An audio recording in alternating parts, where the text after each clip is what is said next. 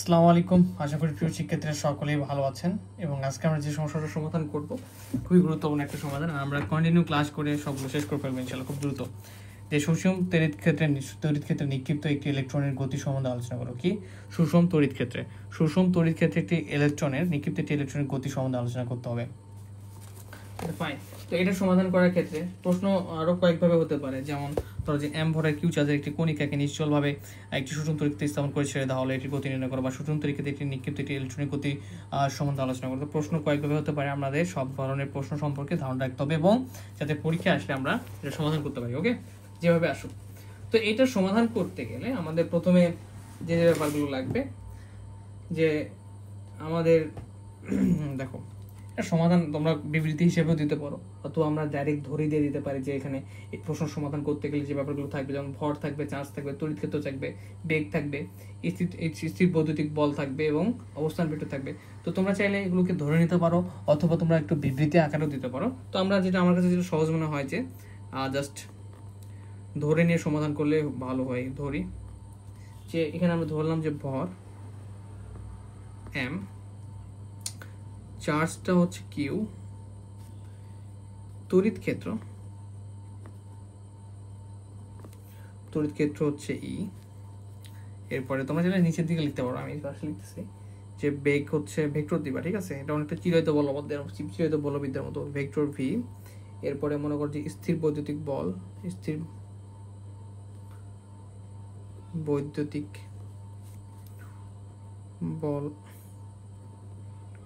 F equal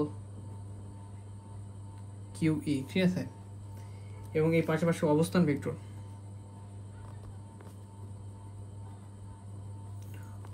আমরা জানি কি আর।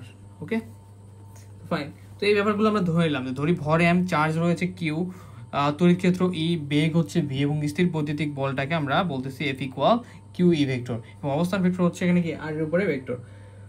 এখন আমাদের কি করতে হবে? এখন পেলে আমাদের এটা সমাধানের ক্ষেত্রে আমাদের নিউটনের দ্বিতীয় সূত্র কাজে লাগাতে হবে। তো নিউটনের দ্বিতীয় সূত্র আমরা চিরায়ত বলবিদ্যা দিয়ে রেখেছি, সেই অনুযায়ী অতএব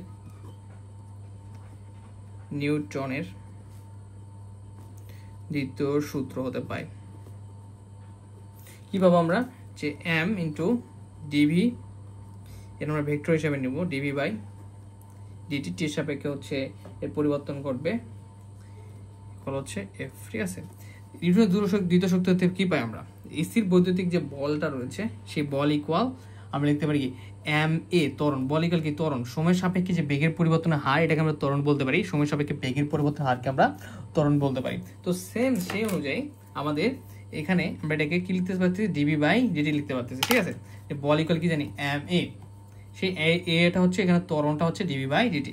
এখন দেখো আমরা কি করব, বা এম ইন্টু এখানে আমরা ডি ভি বাই ডিটি, এখানে এফ স্থির বৈদ্যুতিক বল ইকুয়াল এফ ইকুয়াল কি লেখা যায় আমরা জানি কিউ ই, তারপর সেই কিউ ই ভেক্টরটা লিখে দিলাম। এটাকে আমরা এখন 1 নম্বর সমীকরণ দিলাম, ঠিক আছে? আচ্ছা, এখন মেইনলি আমরা করব কি, এই যে ডিটিটা রয়েছে তুমি চাইলে এভাবে চিন্তা করতে পারো, উভয় পাশে ডিটি দ্বারা গুণ করা, অথবা এই ডিটিটা ক্রস গুণ করে এপাশে পার করে দাও, বা এম ডিভি, ঠিক আছে, ইকুয়াল হচ্ছে কিউ ই ভেক্টর ইন্টু এই যে ডট হচ্ছে এই যে আমাদের ডিটিটা, এখানে ডট না, এই ডিটিটা এখানে গুণ হয়ে যাবে, এই পাশে আসবে ডিটি, ঠিক আছে? গুণ হয়ে গেল। এখন মেইনলি এখানে আমাদের কাজ কি, এখানে আমাদের বা এম ডিভি বি, ওই পাশে আমরা কি করব, ভি ভেক্টর দ্বারা ডট গুণ করে দেব, m dv dot v vector, ঠিক আছে? স্কেলার গুণ করতেছি। এখানে আমরা কি করলাম, আমাদের যে ভি ভেক্টর রয়েছে ওই পাশে আমাদের ভি ভেক্টর দ্বারা গুণ করে দেব। তো তোমরা একটা কাজ করতে পারো, এই যে ভেক্টর চিহ্নটা, এখানে তোমাদের বিভ্রান্ত হওয়ার মতো ব্যাপার রয়েছে, যে দেখো এখানে ডি এর উপরে ভেক্টর চিহ্ন দিতে পারবো না, এটা ভি এর উপরে, ঠিক আছে? ভি এর উপরে চিন্তা করবো তাহলে হবে। ওকে, তো এখানে দেখো এই ভেক্টরটা হচ্ছে শুধু এই ভেক্টর। এখন দেখো আমরা কিভাবে সমাধান করব। এরপর আমাদের এখানে তাহলে এখানে কি থাকছে, এখানে ভি ভেক্টর ডট করেছি, ডট গুণ করেছি, ই ভেক্টর ডট, এটা শুধু তোমরা ভি এর উপরে দিবা, ঠিক আছে? এটা বেশি ভালো হয়, ডিভির উপরে না দিয়ে ভেক্টর চিহ্ন তো শুধু ভি এর উপরে দিবা। ভিটা হচ্ছে আমাদের এখানে ভেলোসিটি হিসেবে কাজ করতেছে, আর ভি এর উপরে আমাদের ভেক্টর চিহ্নটা থাকবে। তো দেখো এখানে আমাদের কি ভেক্টর, ভি ভেক্টর হচ্ছে ডট গুণ করেছে, রাইট?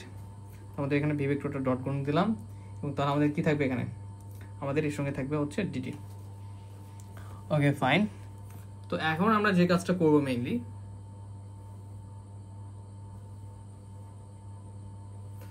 যে আমাদের এখন যে কাজটা করতে হবে যে এখানে এই যে আমরা একটা আবার জানি যে ভি ইকুয়াল কি লেখা যায়। দেখো আমরা জানি যে এই ভ্যালোসিটি ইকুয়াল লেখা যায় আবার হচ্ছে d r vector by d t, যে সময়ের সাপেক্ষে অবস্থানের পরিবর্তনের হারটাকে আমরা আবার বেগ বলতে পারি। তো এটাকে আমরা এভাবে লিখতে পারি, দেখো যে ভি ভেক্টর আছে ডিটিটা গুণ করে দাও, তো V dt equal d r vector থাকবে, ঠিক আছে। এই ডিটিটা যদি ক্রস গুণ করে দাও v dt equal d r. তো এখানে তুমি দেখো ভি ডিটি রয়েছে, ভি ভেক্টর ডিটি, তাহলে ভি ভেক্টর ডিটি ইকুয়াল কি লেখা যাবে, d r vector. Okay fine. তাহলে আমরা কি লিখতে পারবো, q e vector dot d r vector. Okay fine. তো এতটুকু গেল। এখন পরবর্তী স্টেপে আমরা যে কাজটা করব, যে এখানে একটা ম্যাজিক্যাল পয়েন্ট পার্ট রয়েছে যেটাকে একটু তোমাদের খুব ভালোভাবে বুঝতে হবে। দেখো আমরা এই q e vector dot d r ভেক্টরটাকে আমরা ইকুয়াল এর ভাষা নিই, q e vector dot d r vector dot, কিন্তু ঠিক আছে এই যে ডট গুণ ছিল, ডট গুণ করছি, স্কেলার গুণ করছি, সেই স্কেলার গুণের ডট গুণটা রয়েছে। এখন এই পার্টটাকে আমরা চিন্তা করে এই পাশে আনছি, এই পাশে আনলে এইভাবে লেখা যায় যে d of half m v vector dot v vector. কীভাবে লেখা যায় আমি একটু পর দেখাচ্ছি। এই লাইনটাকে আবার আমরা এইভাবে লিখতে পারি, d half m v square. কাহিনী কি দেখো তো, এখানে আমাদের এই অংশটাকে যদি আমরা অন্তরীকরণ করি, ঠিক আছে, অন্তরীকরণ করি ভি এর সাপেক্ষে, তাহলে আমরা এই যে লাইনটা রয়েছে m d v vector dot v vector, এটা আমরা পাবো। কীভাবে পাবো, এই যে পাশে রাফ করে দেখাচ্ছি। দেখো আছে কি যে ডি বাই ডি ভি আমাদের হচ্ছে half m v square, right. এটাকে যদি আমরা করি একটু খেয়াল করো, দেখো এই যে আমরা হচ্ছে ভি এর সাপেক্ষে যদি অন্তরীকরণ করি সেক্ষেত্রে কি আসবে, হাফ এম ধ্রুবক আসবে সামনে, আর ভি স্কোয়ারকে ভি এর সাপেক্ষে অন্তরীকরণ করলে টু ভি, আর এই যে ভিটা থাকলো এই ডিভিটা ক্রস গুণন করে পাশে আসলে এই ডিভিটা এখানে যাবে, শুধু এখানে d half m v square থাকবে, ইকুয়াল হচ্ছে টু টু কেটে গেলে এম ভি ডিভি। বুঝতে পেরেছি আশা করি। যে এই অংশটাকে যদি আমরা অন্তরীকরণ করি ভি এর সাপেক্ষে তাহলে আমরা সহজেই এই অংশটা পাচ্ছি। তাহলে এই অংশ ইকুয়াল এই অংশ লেখা যায়। এবার কোশ্চেন থাকতে পারে ভাই তাহলে ভি ডট ভি কেন, দেখো স্বাভাবিকভাবে এই ভি স্কোয়ারটাই কিন্তু v vector dot v vector, vector গুণনের ভেক্টর গুণ দুইটা যদি কাছে মানে এখানে ভি ভেক্টর ভি এর অবস্থা রয়েছে, এদের যদি ডট গুণনটাকে আমরা লিখতে পারি, কিভাবে লিখতে পারবো, যে V dot V equal V square লিখতে পারবো, ঠিক আছে। তো এই হচ্ছে কাহিনী। আচ্ছা, তো তাহলে আমরা এখানে বুঝতে পারলাম, কি বুঝতে পারলাম, যে আমরা এই লাইনটা বুঝতে পারলাম যে এই লাইন থেকে এই লাইনটা কীভাবে আসলো। একে যদি আমরা ভি হিসাবে অন্তরীকরণ করি তাহলে এম ডিভি, এই যে এম ডিভি ভি, ঠিক আছে, এটা আসবে এবং ডট গুণন সহ। আর তুমি তাহলে বলতে পারো এই লাইনটা কোথায় হলো, এই ভি স্কোয়ারকে আমরা ভি ডট ভি ভাবে লিখতে পারি।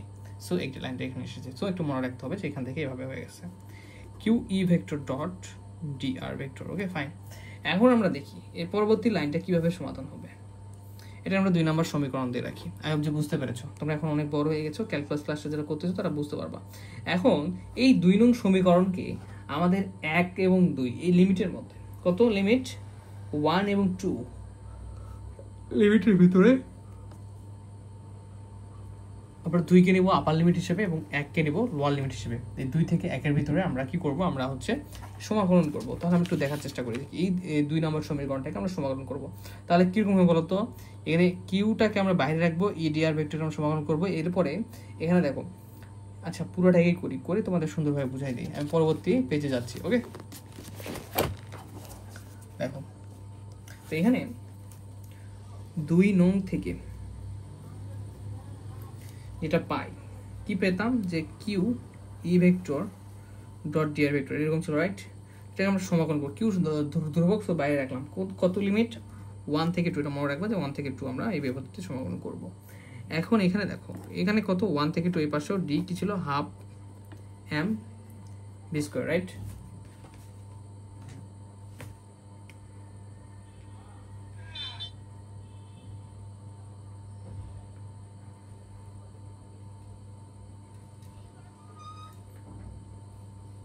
আচ্ছা দেখো আমার একটা কল আসছিল। দেখো তো আমরা এটাকে এখন কি করবো, সমাকলন করব। তো সমাকলন করার ক্ষেত্রে আমাদের যে ব্যাপারটা কি একটু ধারণা রাখতে হবে, দেখো এটাকে এই ই ডট ভি ডি আর এটার আমরা আসবে নেগেটিভ ভ্যালোসিটি, ঠিক আছে? কি আসবে? এটা সমাকলন করলে আসবে আমাদের, মানে এটা ইকুয়াল লেখা যায় যে ই ভেক্টর dr, ঠিক আছে? এটা ইকুয়াল আমরা লিখতে পারি নেগেটিভ ভ্যালোসিটি। চিন্তা করতে হবে সেটা, এটা ইকুয়াল আমরা নেগেটিভ ভ্যালোসিটি লিখতে পারি। দেখো এটা আমরা একবারে করবো।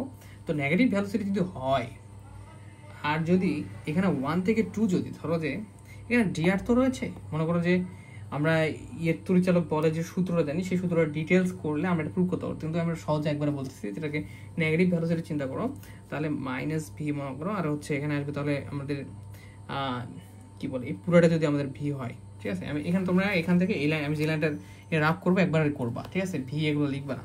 কীরকম দেখো তো, ই ডি আর, রাইট? এটাই কত যদি ভি হয় নেগেটিভ ভ্যালোসিটি, এটাকে ইন্টিগ্রেশন করতে হবে 1 থেকে 2 ডিভির সাপেক্ষে। তাহলে এটা সূত্র যে এটাই কলিটা, এখানে যদি ভি তাহলে থাকবে মাইনাস ভি, সরি এটাই কল লেখা যায় ডিবি, ঠিক আছে? এটাই কল যেহেতু ডিআর রয়েছে, এটাই কল লেখা যাবে ডিবি সূত্র। তাহলে ডিবিকে যদি সমাকলন করা হয়, এখানে ধ্রুবক রয়েছে মাইনাস ডিবি, ঠিক আছে? -1, তাহলে কি সূত্র আসবে? মাইনাস ভি আসবে, এখান থেকে 2 1, তাহলে এখানে হবে কি মাইনাস ভি টু, মাইনাস সূত্রের মাইনাস প্লাস ভি ওয়ান।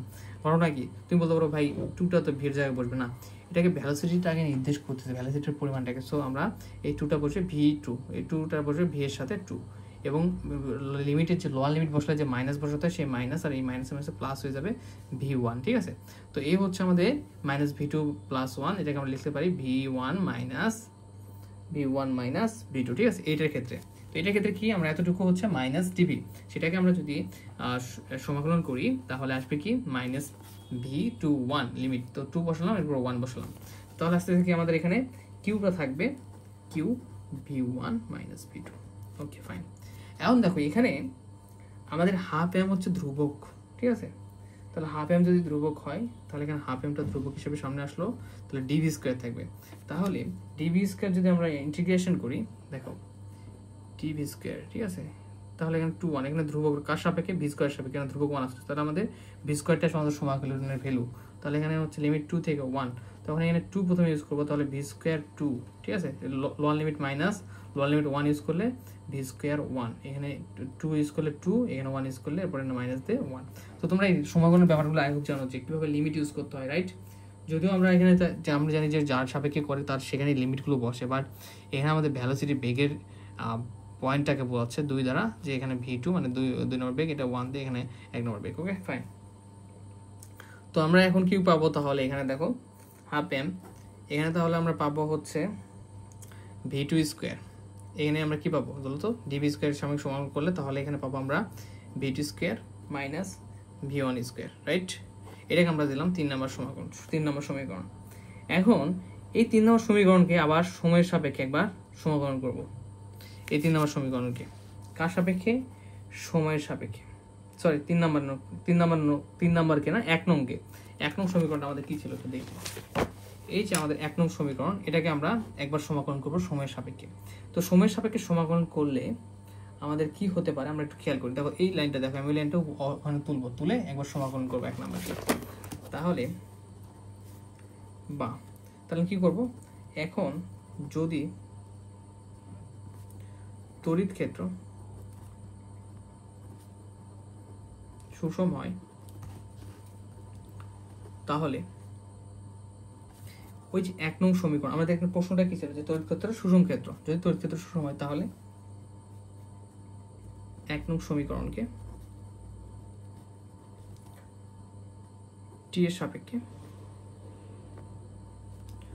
সমাকলন করি।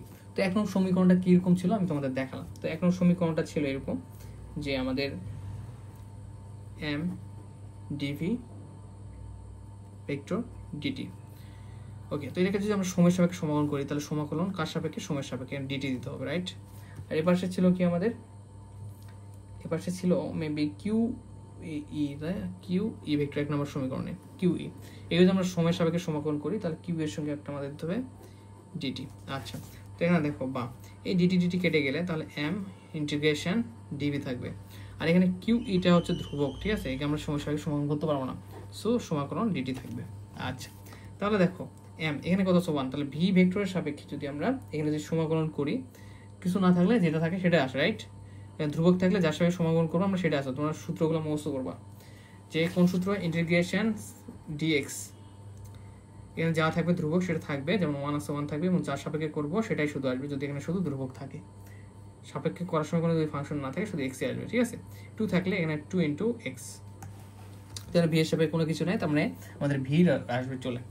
ইকুয়াল এখানে কিউ ই ভেক্টর টি এর সাপেক্ষে কিছু নেই 1, একে সমাকলন করলে আমাদের কি আসবে বলতো, একে সমাকলন করলে আসবে আমাদের শুধু টি। আর দেখো এখানে কোনো লিমিট আছে নাই, লিমিট না থাকার কারণে এখানে আমরা একটা সমাকলন ধ্রুবক ইউজ করতে হবে, সেটা হচ্ছে c1 ইউজ করলাম। Okay fine. আচ্ছা, তো এই যে পার্টটা পেলাম এতটুকুকে আমরা যে কাজটা করব,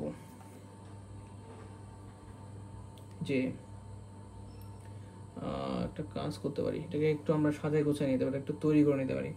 দেখো এখন এই যে ভি কল আমরা কি লিখতে পারি, যে ভি কল হচ্ছে ডিআর বাই ডিটি, মানে সময়ের সাপেক্ষে যে বেগের পরিবর্তন হার। তাহলে এখন বা এম ভি ভেক্টরকে কি লিখতে পারবো, যে ডিআর ভেক্টর বাই হচ্ছে ডিটি, সময় সাপেক্ষে অবস্থান পরিবর্তনটাকে আমরা বেগ বলে থাকি। এখানে থাকতেছে আমাদের কি, তাহলে কিউ ই ভেক্টর, আচ্ছা এটাকে আমরা একটা সমীকরণ দিতে পারি, 4 নম্বর সমীকরণ। তোমার চাইলে সাইডে নোট দিতে পারো যে c1 হচ্ছে একটা সমাকলন ধ্রুবক, Q e vector t plus হচ্ছে c1, এটা ছিল তাই না এই সমীকরণটা, জাস্ট ভি ভেক্টরের জায়গায় ডিআর ভেক্টর বাই ডিটি লিখলাম। এখন এখানে যে ঘটনাটা ঘটবে, এই ডিটিটাকে আমরা ক্রস গুণন করে পাশে পার করে দেবো, সেক্ষেত্রে কেমন হবে, তাহলে এখানে থাকবে এম ডিআর ভেক্টর, আর এখানে কিউ, এই ডিটিটা যদি পার করে দিই দেখো কীরকম হবে, কিউ ভেক্টর টি প্লাস, এত লাইন করানোর দরকার নাই, ডিটিটা গুণ হয়ে যাবে এদের সঙ্গে, রাইট। তার মানে কি দেখো এই ডিটিটা প্রত্যেকটা পদের সঙ্গে, দুইটা পদের সঙ্গেই গুণ অবস্থায় রয়েছে, এখানে কিন্তু টি ছিল, এই দুইটা পদের সঙ্গেই দেখো গুণ অবস্থা রয়েছে, তাহলে আমরা গুণ করে দিতে পারি কীভাবে, বা m dr vector equal q e vector t dt, এরপরে হচ্ছে প্লাস এখানে c1 আছে, c1 এর সঙ্গে ডিটি। এখন এখানে আমরা কি করব, আবার সমাকলন করব, আবার কি টি এর সাপেক্ষে সমাকলন করি এটাকে, এটাকে যদি টি এর সাপেক্ষে সমাকলন করি সেক্ষেত্রে এটা ধ্রুবক, এখানে সমাকলন আসবে টি এর সাপেক্ষে, রাইট। তখন কি হবে, বা আমরা এভাবে চিন্তা করতে পারি যে যে সমাকলন করি, শুধু এভাবে চিন্তা করলেও হবে যে আমরা সমাকলন করবো এখন ওই পাশে সমাকলন করবো, যে যেখানে যার সাপেক্ষে আসতে থাকুক আমরা শুধু সমাকলন করব। এখানে দেখো ডিআর আছে মানে ডিআর এর সাপেক্ষে, এবার আমরা এখন জাস্ট সমাকলন করে দেবো, তাহলে এখানে ডিটি আছে মানে কি টি এর সাপেক্ষে, ডিটি আছে মানে কি টি এর সাপেক্ষে, তাহলে এই পদগুলো থাকবে, আমরা জাস্ট সমাকলন করে দেবো, তোমরা বুঝতে পারবা, ঠিক আছে। আমি অপর পেজে যাচ্ছি।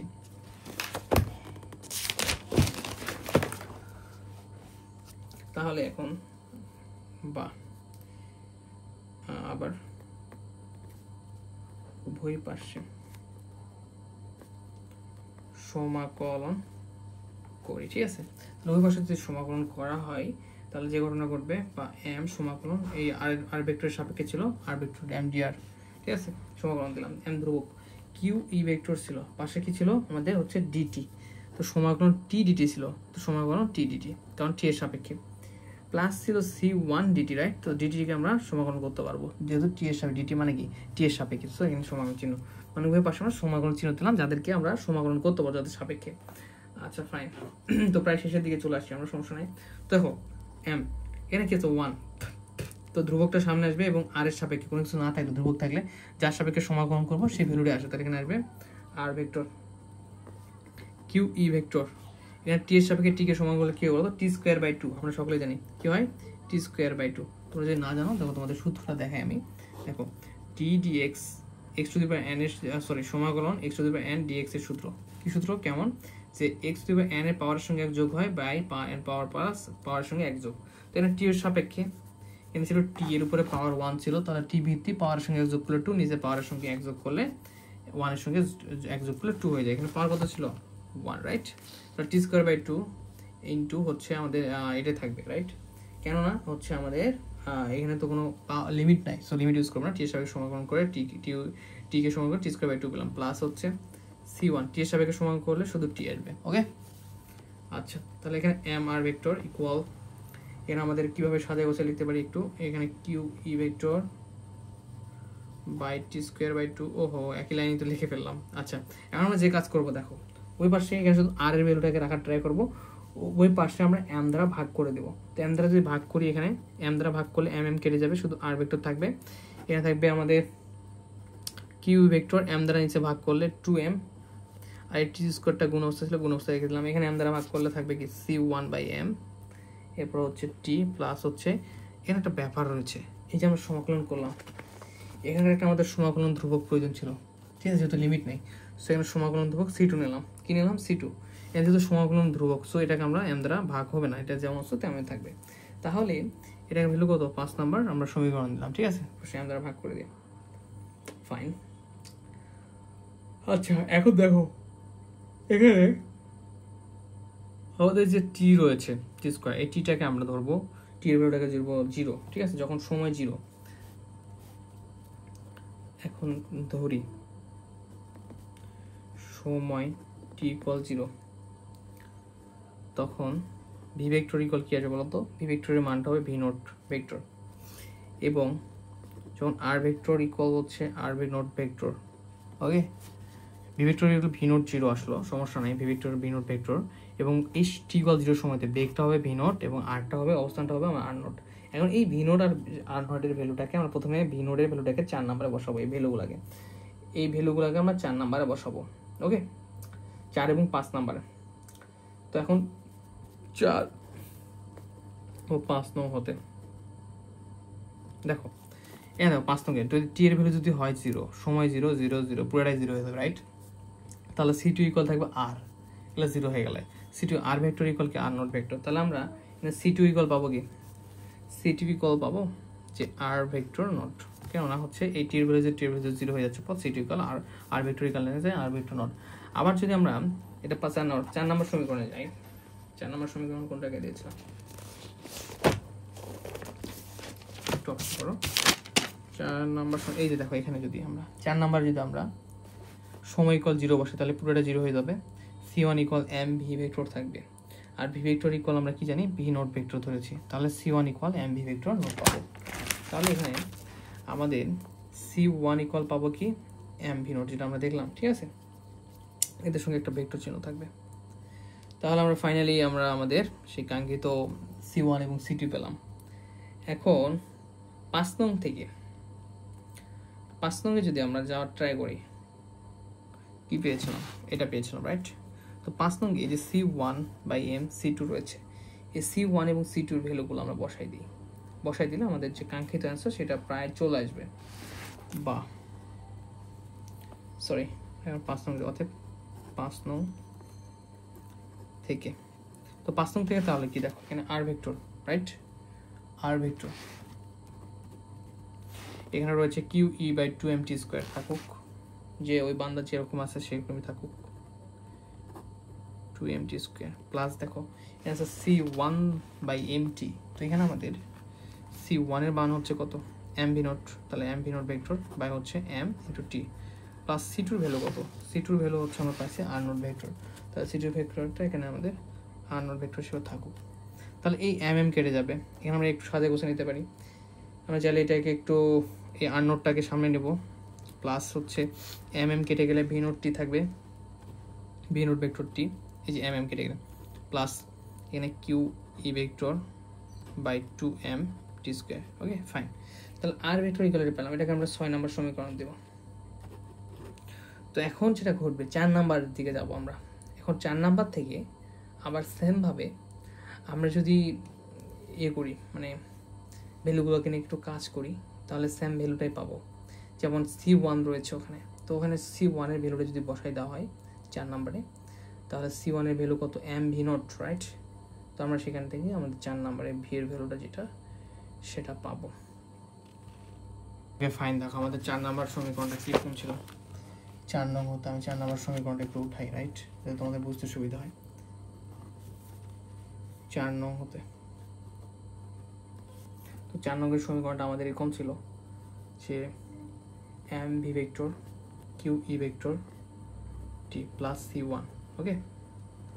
এখন দেখো এখানে যদি আমরা ভ্যালুগুলো বসানোর ট্রাই করি, তার আগে m দ্বারা ভাগ করে নিই, তাহলে ভি ভেক্টর এখানে আসবে q e vector by m t, m দ্বারা ভাগ করতেছে, এবারে m কেটে যাবে, শুধু ভি ভেক্টর থাকবে প্লাস c1/m, সরি খুব নয়েজ, রাইট। দেখো এখন ভি ভেক্টর ইকুয়াল এই যে c1/m, c1 এর ভ্যালু আমরা পেয়েছিলাম কি বলতো, m v naught vector by m। এই c1 এর ভ্যালু পেয়েছিলাম আমরা m v নট, আমরা একটু আগে বের করেছি। তাহলে mm কেটে গেলে v নট থাকবে, আর এখানে q e vector by m t।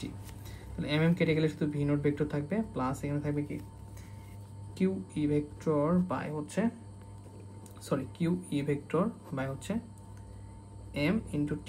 তো এটাকে আমরা যদি 7 নম্বর সমীকরণ দিই, এটা যদি আমরা 7 নম্বর সমীকরণ দিই, তাহলে এই যে 6 সমীকরণ, 6 ও 7, এই সমীকরণ 6 এবং 7 সুষম তড়িৎ ক্ষেত্রে, তোমরা একটু লিখে নেবা, সুষম তড়িৎ ক্ষেত্রে চার্জিত